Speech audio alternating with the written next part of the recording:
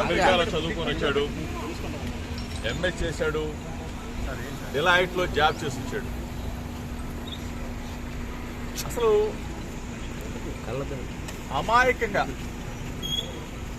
ఎటువంటి తప్పు చేయనటువంటి మా కుటుంబాన్ని నా మీద కక్ష ఉంటే ఉండొచ్చు చంద్రబాబు నాయుడు గారికి, నా మీద కక్ష ఉంటే ఉండొచ్చు లోకేష్కి. ఎగిరిగోల్డ్ ఏంటి బాబు, ఎగిరిగోల్డ్ ఆస్తులు ఆల్రెడీ అటాచ్మెంట్ లో ఉన్నాయి. మొట్టమొదటిసారిగా నేను మీడియా ముందు మాట్లాడుతా ఉన్నా. మొట్టమొదటిసారిగా ప్రభుత్వం అధికారంలోకి వచ్చిన తర్వాత మొట్టమొదటిసారిగా మీడియా ముందు ప్రభుత్వం ఏదైనా మంచి చేస్తే మంచి చెప్దామని చెప్పి అనుకున్నాం. కానీ ఈరోజు ఎగిరిగోల్డ్ భూములు ఏంటి, ఆల్రెడీ అటాచ్మెంట్ లో ఉన్న భూముల్ని ఎవరన్నా కొంటారా?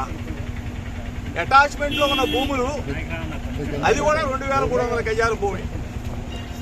ఆ 2300 గజాల భూమిని ఈనాడు పేపర్లో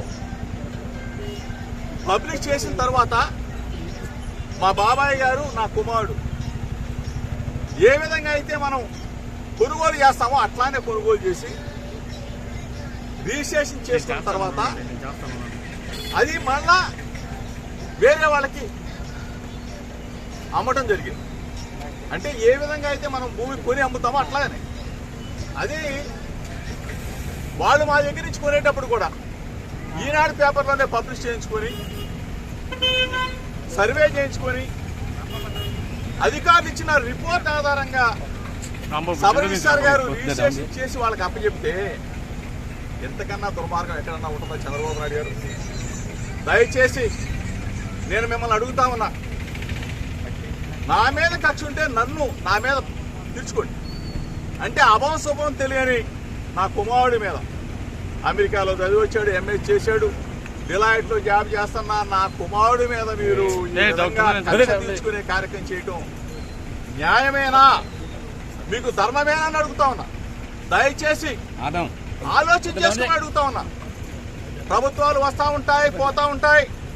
మీరు అధికారంలో ఉన్నారు, దయచేసి ఒకసారి ఆలోచన చేసుకోండి.